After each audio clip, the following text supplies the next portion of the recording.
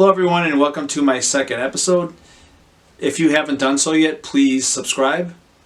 For today, I wanted to speak with you about my opinion of what makes a great writer and a genius in general. So when I say a genius, I'm speaking kind of broadly about creative genius. So whether it be a composer, an author, an inventor, or other forms of artistic creations, a painter. So that's what we're talking about, just in the broad sense, what makes a genius. And certainly a literary genius falls into that category. I wanted to just give a preface and say that these are just my opinions. I don't mean to offend anyone with my thoughts here. This is just what I think.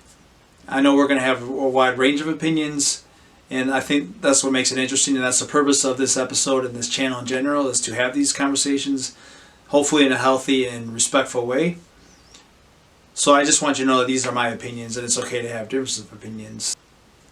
So the purpose of today's video is to share my opinion and start a conversation with you, the viewer. What makes a great writer? There's certain qualities that I look for when I think of a great writer. We could have a more in-depth conversation about this, but just to build a framework, I think it is somebody who can create alternative worlds, whether it be like C.S. Lewis in the Narnia books, something so distinctly different from the world that we live in, or something, a realistic setting like Dickens has done in A Christmas Carol, where it's different from where I live in America, or somebody might live in some other country, but they can be drawn into that world and feel like they're there from anywhere in the world. That's just very fascinating to me. So that is one credential I think that goes along with being a great writer. Another aspect is this idea of creating beauty. So using words to create just beautiful prose. And Charles Dickens is very famous for that, more so than C.S. Lewis. There's other authors that are known for their prose specifically. There's a little bit of debate with Dickens where some people think that he's a little too over the top and he's too wordy, too purple prose. Some people argue that it's just too much. I see that perspective when I read his and have read his works, where it's a little frustrating at times because he could really consolidate his thoughts, but at the same time he's unique and almost unparalleled in his ability to just kind of weave these words together in a way that nobody else has. And that speaks to genius in general as well, is taking something that millions of people are familiar with, whether it be the English language, and spinning it in a way that only a very, very, very select few can do. And I have no idea where that comes from. I don't think that's something that necessarily can be taught. It's just where that inspiration and those abilities come from. I think that's a little bit otherworldly. And I think that's just the nature of being a genius. So the third criterion to me that makes a great writer is this ability to create timeless works. So Shakespeare's obviously a very, very famous writer, and he died 500 years ago or so. Dickens passed away about 150 years ago, but we still read these works.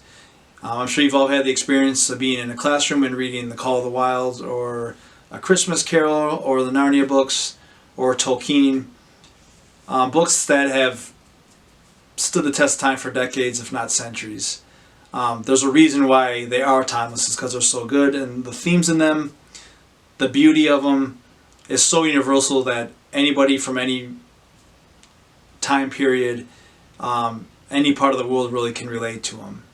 So those are three of the credentials I would attribute to what makes a great writer, and C.S. Lewis and Charles Dickens, in my opinion, are certainly great writers because of those reasons.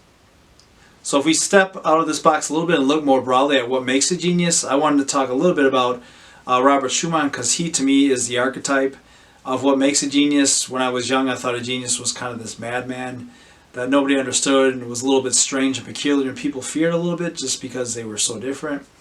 And Robert Schumann, when I learned about him through studying piano, seemed to be that person where he was so creative and revered, but then he also had these mental breakdowns where he was considered insane at times in his life. So there's different reasons why that might have happened. I know he was diagnosed with what would be manic depression or bipolar disorder.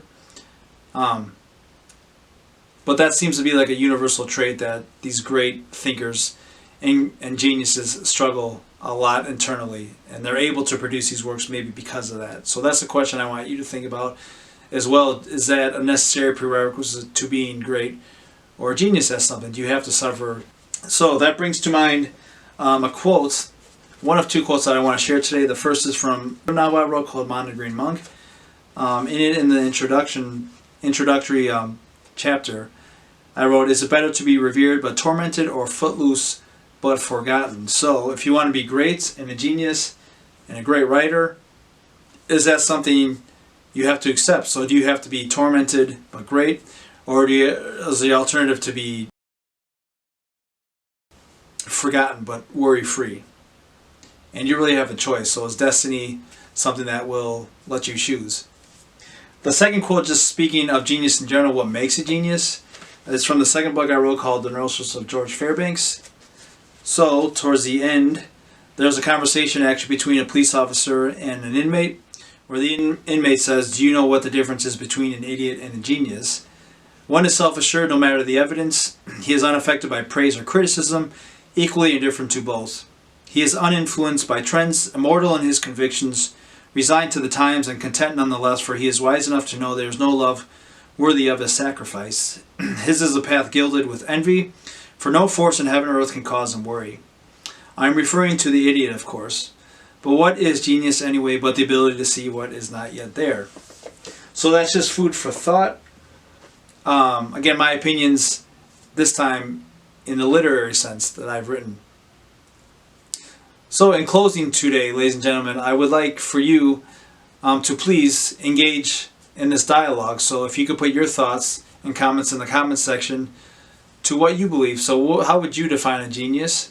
And how would you define a great writer? So if you could share your thoughts with me and the other subscribers and other viewers, I would really enjoy that, to see how other people regard these topics. So how do you define a genius, and how do you define a great writer?